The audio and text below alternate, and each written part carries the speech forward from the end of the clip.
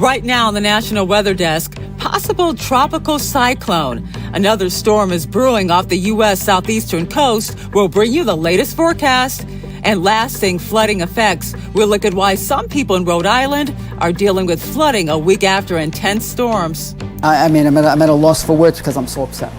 Tomorrow marks the first day of fall. We'll get an in-depth look at what causes the seasonal changes. The significance behind the autumn season has to do with Earth's axis, which is pointed towards the North Star, Polaris, at a 23.4-degree angle. Plus tips on how to deal with those seasonal fall allergies.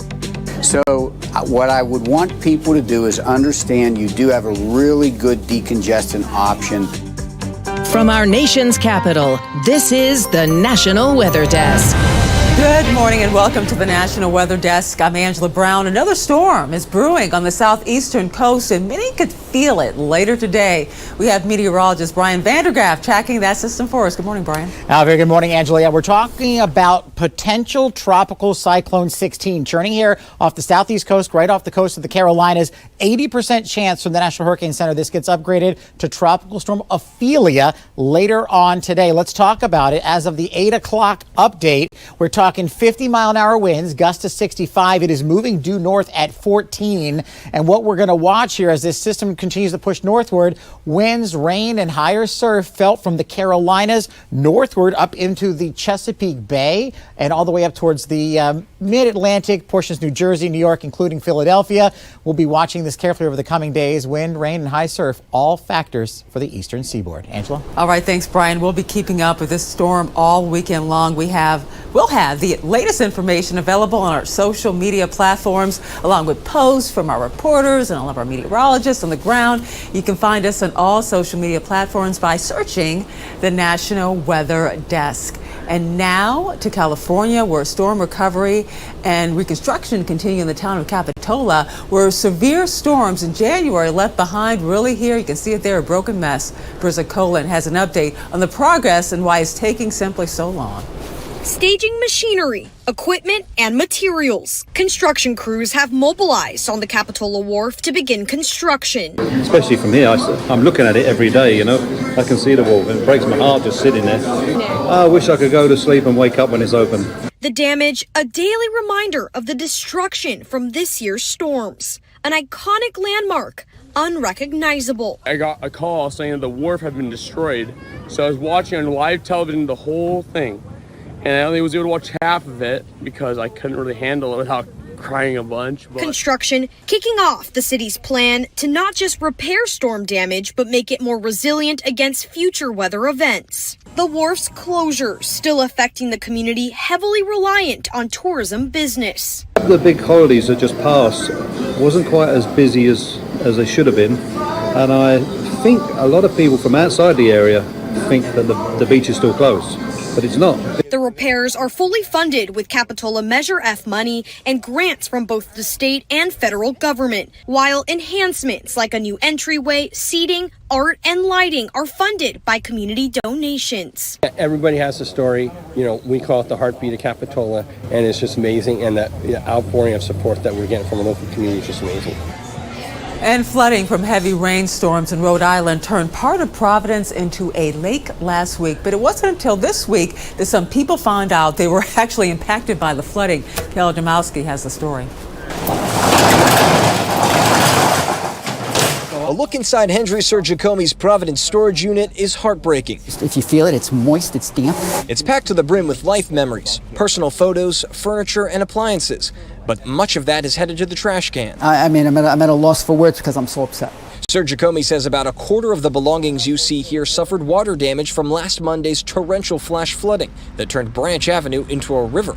He thinks about 6 inches of that water got into his first-floor storage unit on the same street, which left behind mud, water damage, and mold. This picture was right here against the wall, and you can see the damage comes up to about here. It's ruined. I can't repair that, I can't fix that. But he says he just found out about the damage when the storage company called him to tell him the facility might have experienced some flooding. I have a grievance with the fact that they waited so long to notify us. Because if you have property that's wet and damaged, time is of the essence. So the longer you wait, the more it's going to be susceptible to mold and that kind of thing. And you want to go in there, you want to try to clean it, dry it off as fast as you can. He's rented the unit for 15 years, and it costs him about $250 a month. He's now hoping for something to make him and other affected renters whole again. Sir Giacomi says he's got work to do. And I have to go in and I have to take time out of work to go through all of this stuff and throw a lot of my personal belongings away. And a renewed warning from officials about the spotted lanternfly. If you see one, it's not a good thing. They can eat away at crops that take years to grow back. There have been an explosion in how many are being seen in the Washington, D.C. area. Meteorologist Veronica Johnson has more. The adults, which are more prominent, are active right now. They are mating. And so right now, males and females are flying around trying to find each other and are clustering in large numbers. It's been 9 years since the spotted lanternfly was first identified in the U.S. in Berks County, Pennsylvania. These guys are mainly threats at vineyards, orchards, and nurseries where their feeding, especially in large numbers, can reduce viability of the plants. And in vineyards, they can actually kill the vines. In those places, it could take 5 years to get those vines back after they die. Take a look at the quick spread of the spotted lanternflies in the DMV and neighboring states over the last 5 years. We've seen the biggest increase in Maryland with nearly double the count. Spotted lanternfly has already been found in 14 different states, including the District of Columbia. But the real troubling news for folks here in the DMV is that almost everywhere where they occur, their numbers are rising. So each year we're seeing more of the spotted lanternflies. For fall hikers like me, check your gear before coming indoors. So if you're anywhere where you see signs saying spotted lanternflies around, I'd give your clothing and your backpack a quick check before throwing it in the car. Good news, if you spot them indoors, they won't harm you. They don't bite or make your pet sick. So around our homes, they're just a nuisance pest. If you find one, send it to your county extension agent, or the state has its own registry for reporting the incidences of spotted lanternflies. Submit both and squish the lanternfly if you can. It's that time of the year when seasonal allergies start to kick in. Chloe Mesogita spoke with experts about the best way to avoid autumn allergies. Dr. Steve Maceo says many of the patients walking through his doors are battling seasonal allergies, which typically start in September or October. It's an overreaction of the immune system. So you get exposed to ragweed or to a grass or tree pollen, and the immune system is just overreacting to that. And that's why you get the inflammation and watery itchy eyes and sneezing. He adds weather can contribute to flare-ups as well.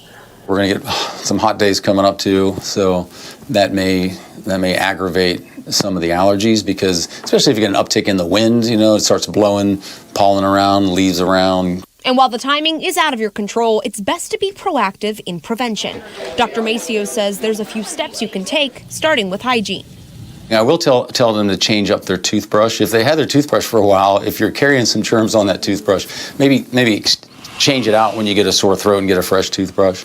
Other treatment methods are found at the pharmacy. So what I would want people to do is understand you do have a really good decongestant option of Sudafed. You just have to go up to the pharmacy counter and ask for it. And another way to fight off these allergies? Good exercise, sleep, diet. It may stabilize your immune system so it doesn't overreact as much. So that's always in the equation of health. Maceo says if you notice some severe flare-ups, it's best to visit your allergist. And who needs a weather forecaster? We have persimmon seeds. Farmers in Missouri are looking for clues about the coming winter by studying native persimmon seeds. They say this year the seeds are predicting a snowy winter season. It works like this. After cutting the shell along the seam, look at the shape of the little embryo plant inside the seed. If it's shaped like a spoon, then you're going to have a snowy winter. The shape of a knife means a windy winter, and a fork shape predicts a warmer, more pleasant winter. And coming up on the National Weather Desk, the weekend, a NASA mission to collect asteroid samples from space will be returning to Earth. You'll hear from an expert about what they hope to learn, and we'll get an in-depth look at what causes Earth's seasonal changes.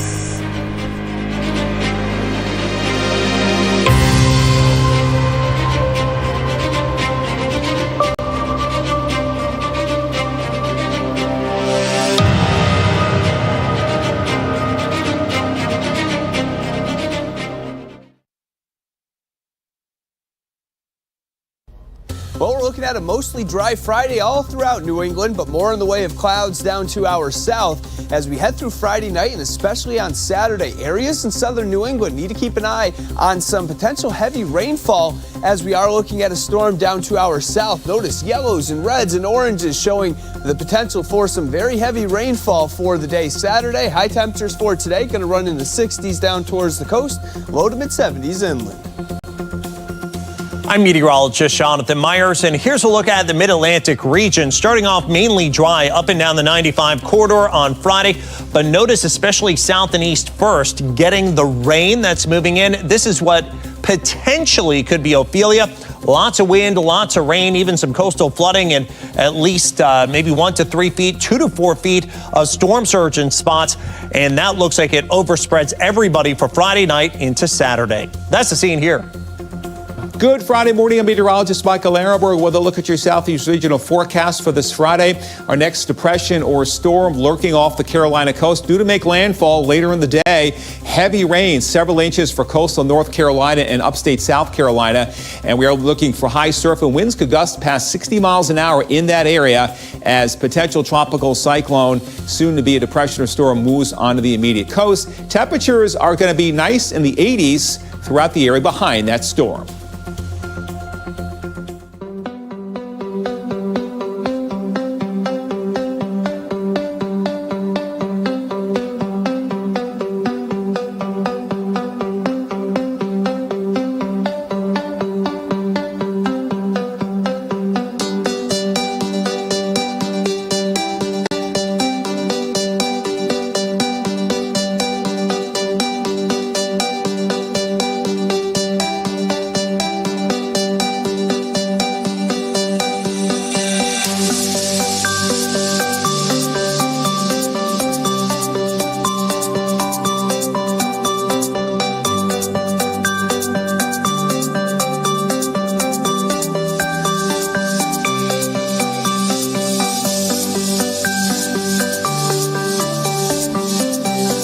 Weather Window, presented by the National Weather Desk. Central and southern Nebraska dealt with severe thunderstorms Thursday. Tornado warnings were part of the package along with hail.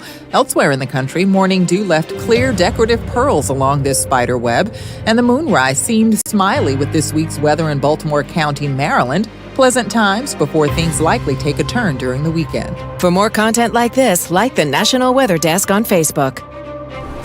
7 years ago, NASA's OSIRIS-REx mission blasted off to an asteroid to collect samples and return them to Earth. After traveling nearly 3.9 billion miles, it's about to deliver that precious cargo right here back on Earth. Emily Gracie spoke to a NASA expert to find out what they are expecting to discover with Sunday's delivery.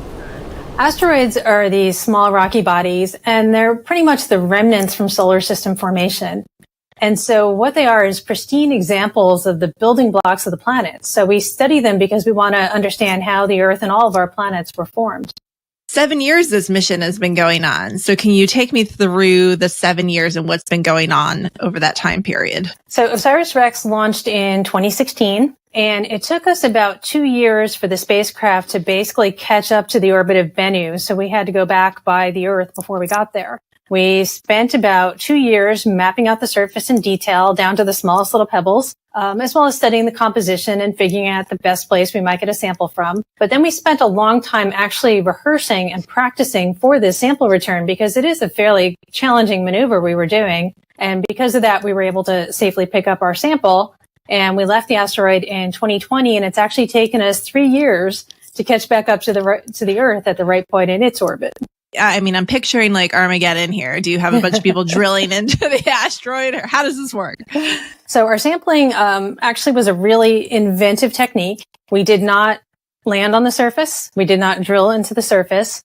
We had a sample collection head that acted by barely touching the surface and blowing nitrogen to stir up all that dust and soil and push it into our sample collection head. Tell me what's happening on Sunday. Okay, so Sunday is a huge day for us. This is NASA's first asteroid sample return. The spacecraft will release the sample capsule. It will enter the Earth's atmosphere. It'll slow down on parachutes, and then it's going to land on the desert floor at the Utah Test and Training Range. And our recovery team will go pick it up and put it into a temporary facility. And then the next day it flies to the Johnson Space Center where the capsule gets opened. Everything gets processed and curated, and some of the samples get sent out for analysis, and the rest of it is actually all archived for future experiments that we haven't even thought of. Tomorrow morning, just before 3 a.m., we will officially be in the fall season. Let's turn to Kit Alexander, who explains that fall is really all about the sun. Autumn. It's a time to enjoy with family and friends, trips to corn mazes, pumpkin spice lattes, and of course, the most colorful foliage nature has to offer. The first day of astronomical fall begins on September 23rd. This is the date most of us associate with changes in our environment and cooler temperatures. The significance behind the autumn season has to do with Earth's axis, which is pointed towards the North Star, Polaris, at a 23.4 degree angle. Also of importance, Earth's position relative to the sun. At certain times of the year, the most direct rays of the sun is most pronounced over Earth's subsolar point. This is the area associated with Earth's most direct sun rays. Let's consider autumn, a time of year when the most direct rays of the sun are south of the United States, located on the equator. What does it take for Earth to reach this point?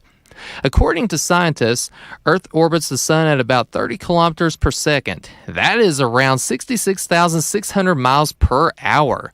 So when we reach the fall season, Earth has already traveled 425,174,400 miles. This is the point where day and night are equal once again. Hence the name equinox, referring to the equal night. Less energy from the sun results in a vibrant fall foliage and the cooler temperatures. However you choose to enjoy fall, there is no other time of year quite like it. And some are calling it the Super Bowl of giant pumpkins. Farmers from across Wisconsin are getting ready for the 5th annual ginormous pumpkin festival, including Shannon Engel, who grew this monster pumpkin right here that is now more than 1,000 pounds. Engel says it can gain up to 25 pounds in a single day, but it's not easy. He says severe weather is the biggest challenge when it comes to growing these giant gourds, but other factors, including bugs, animals, and disease, play a role. Along with folks who run pumpkin patches and apple orchards, folks with corn mazes across the country are getting ready for your visit. Brandon Roth tells us about the maze at one farm in central New York's Finger Lakes region. So the paths wind across the 5 acres, many lefts and rights, many wrong turns. There's 20 different maze stations that help solve the riddle of the Cortica jug. I love it. I'm a football guy, and this year's theme is the age-old rivalry. Sure is. The Red Dragons and the Ithaca Blue Bombers. You got it. So it's a design of actual football helmets. Correct. When you get in here, you can get yourself lost for sure. It's easy to get turned around. Yes, it is. I almost got lost. There's a lot more than a corn maze. We have over 35 attractions here, fun for all ages. And yeah, come on out, get here at 10, stay the whole day. Just being out here together, put your phones down, enjoy some country air, go get lost. Well, amazingly, we didn't get lost. We made it. We made it. That was a lot of fun. And it's shaping up to be a good week for folks who love to fish as well. Saturday is free fishing day in New York State, and folks can take a shot at hooking a salmon without the cost of a license. This day is also good for businesses. Maggie DeBrogier spent a time in Pulaski, New York to learn how this impacts local fishermen. Any day of the Salmon River Run will have hundreds out on the river trying to haul in a big catch. This weekend, those numbers will double. Free fishing weekend is crazy, especially in town where a lot of people can access the river without waders. I mean, it just gets crazy. Like if you've heard the term shoulder to shoulder, that's not an exaggeration. We'll see hundreds of people just like lined up along the river to fish. Everyone has their own reason why they come back year after year to take their chances with the salmon. The excitement, the people, the entertainment. But mainly the fish. I mean, if you hook one of these, I don't know if you've ever done it, but if you hook one, you're hooked for life. Just an amazing fight. No one is more affected by the salmon season than the businesses that rely on the fishermen and their catches. The 6-week run can set them up for the rest of the year. I always say, like, I'm running a sprint, not a marathon, so it's a very large amount of work into a short amount of time, but within that amount of time, then I get basically my income for the year and then just get to fish a lot the rest of the year. Another big business in the area is fish cleaning, with multiple stations throughout town. I've been coming out here for years and cleaning at different stations around the area. Harold says it's a great way to meet people, but also set him up well financially. It's like a paid vacation for me. I mean, I don't make a lot, but I come out here and meet everybody, take the money home, live off it for a couple months, and I still work while I'm doing it. And before we take a short break, some beautiful views of last year's fall foliage in Michigan.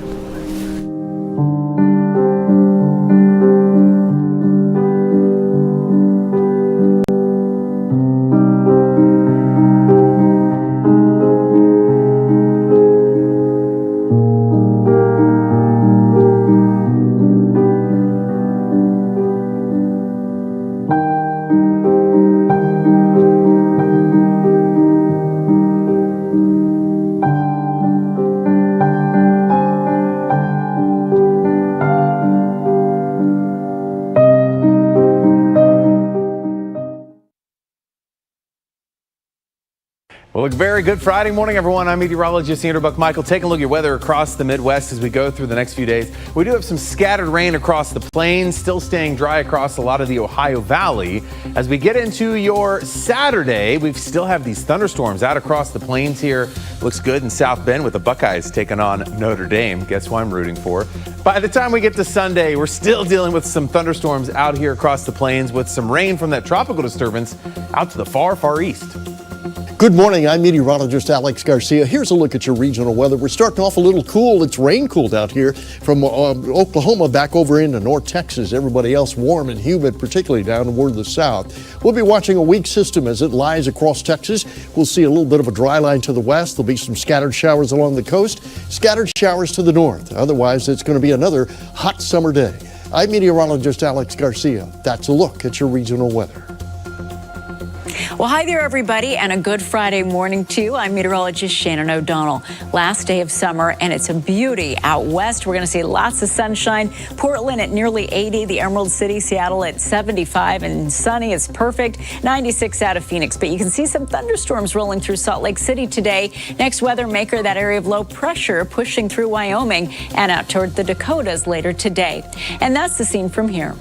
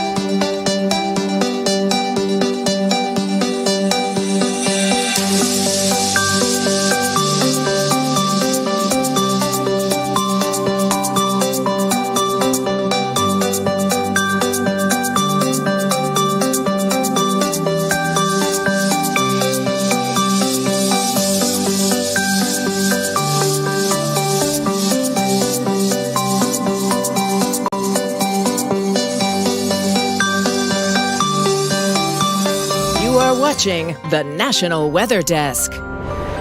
How will the weather play a role in this weekend's football games? Here's meteorologist Katie Morgan with this weekend's football forecast. It's another great week of football matchups, and let's first talk about those college games of the week. Weather always exciting, playing a role. We'll start in UCLA at Utah. This will be in Salt Lake, and really weather looking good here. Lots of sunshine, a high around 68 degrees. Big matchup in South Bend, Indiana. Ohio State at Notre Dame. This will be a night game. Temperature around 74 with a few clouds around. And Florida State at Clemson. Looking pretty good. Sunshine with a temperature around 82. Interesting matchup in New York. The Patriots at Jets on Sunday. Weather may play a role here. Rain and wind due to the disturbance off the coast. Temperatures will be in the mid-60s. Titans at the Browns in Cleveland. Sunshine and 70. And the Bears at the Chiefs in Kansas City, Missouri may run into a few showers here, but temperatures looking pretty good with the mid-70s. And we'd love to connect with you. You can find us on all of your favorite social media platforms. Just search the National Weather Desk or scan the QR code on the bottom left corner of your screen. We'll be right back.